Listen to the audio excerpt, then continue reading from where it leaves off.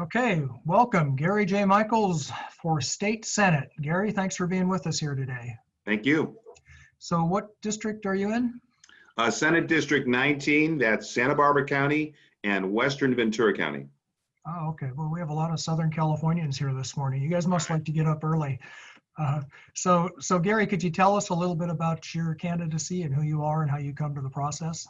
Sure. So I'm a small business owner. I'm a resident of Santa Maria, California, and I'm a college graduate, accounting trained, member of the locally the Santa Maria Bonita School District Citizen Bond Committee. I've been in Santa Maria since 2005. I came here to launch Comcast business operation here. But today I'm the managing partner of Summa Solutions, an agency dedicated to helping businesses and K-12 schools across the country contract with fiber internet carriers. I'm also a managing partner of Summa E-Rate Solutions. That's a sister agency that helps schools and school districts write technology plans and identify and complete USAC forms for internet access discounts. So my business experience comes largely from two industries, broadcasting and cable and telecommunications. I've held corporate managerial marketing and administrative jobs requiring organizational skills, entrepreneurial jobs that require trade openness, risk-taking, and creativity. I'm trained in nonprofit and public accounting, have corporate and independent marketing experience to local, state, and federal governments and private schools. I understand hard work and what's involved in running a business. I've worked in the private sector most of my life. One only succeeds by providing quality service. My background allows me to identify and empathize with those who deal with unexpected circumstances. More important than business experience, though, I'm very effective at working with people of all backgrounds, beliefs, and values. I'm a good listener, very collaborative. I work with everyone. I think these attributes today are needed in Sacramento to solve our affordability and homeless problems. But the reason why I'm running for state senate is I think the COVID-19 pandemic has demanded a candidate with corporate and entrepreneurial experience who's against the political status quo of the district. The truth is the California job market was already slowing down before the pandemic began. The economic effects of COVID-19 are now going to require out-of-the-box creative thinking to attract employers to our state and to our district. But additionally, we're going to have to develop industries. We're going to have to work to really providing more economic opportunity for the middle class and especially for the poor and impoverished. And so when it comes to these important matters, you know, my opponent, Assemblywoman Limon, I think she has tunnel vision. She focuses on the importance of the environment, but she doesn't build the clean energy sector. She's popular with corporate union donors and many against big oil. But I think few voters see her extreme voting record. And on my website, GaryMichaelsForSenate.com, I posted bills that she supported that many will disagree with.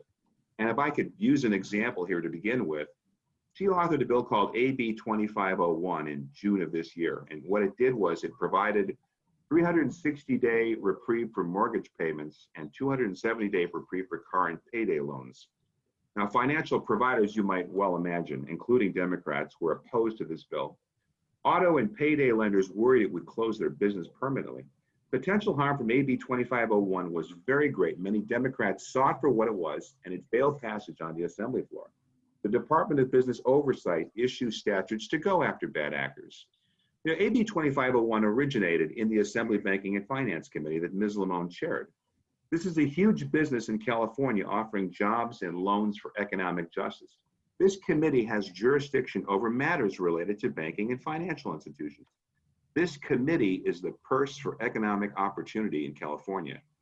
But AB 2501 failed because Ms. Limon, as a chairperson, only collaborates with housing and justice associations, not with banking and finance principles, losing opportunities for economic injustice. Ms. Limon includes AB 539, the California finance law, as an accomplishment from this committee, but I think what it really does, is it's a good bill, but it protects poor consumers from rip-off interest rates. And the point is the middle class really has gotten nothing from her chair on this very, very important committee. But here is what I would do differently. I will forge professional relationships with principals in private enterprise, banking and finance, entrepreneurs, environmental experts, asking them opinions before taking up legislation in the committee, and collaborating with everyone from justice organizations to corporations. If I had been chairman of the Assembly Banking and Finance Committee, I would have cultivated professional relationships for jobs and capital to create more clean energy sector jobs like solar, wind, battery storage, clean transportation, agriculture, and so forth. Now is the time to align our environmental and our economic efforts. While fighting against oil spills, we fight for high-paying clean energy jobs. You know, according to EDD in the first quarter of Santa Barbara County, only 290 private industry jobs existed compared to 284 oil and gas jobs. Ventura County has about 360 oil and gas jobs according to EDD. It's because we're moving away from oil and gas, we need to proportionally increase the number of clean energy jobs.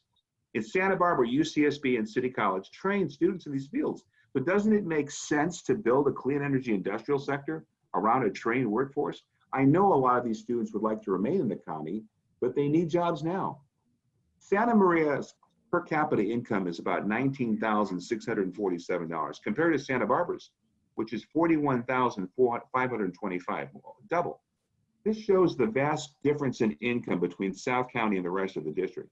But what all these places have in common is they need more high-paying jobs. Families in our district struggle to pay their ever-increasing housing, transportation, food, utilities, internet, bills across the board. And many Central Coast families are working multiple low-paying jobs to make ends meet because the political class is not collaborating with the private sector. An example, in Santa Maria, where I've lived for 15 years, I've watched a poverty rate hover around 18 to 20%. And county-wise, I believe it might be 23% now. It's almost 16% in Oxnard. So this certainly shows that California's unaffordability problems have come down hardest where the per income is the least. You know, there was an Indian immigrant by the name of Leela Jana. Maybe you're familiar with her. She was raised in Los Angeles. She believed in creating dignified work for everyone. She founded a company that hired workers from impoverished areas and provided them with technology to plug their skills into the global economy where they could earn a living. You know, in Santa Maria, and other places in Santa District 19 and throughout the state, we can learn from her example.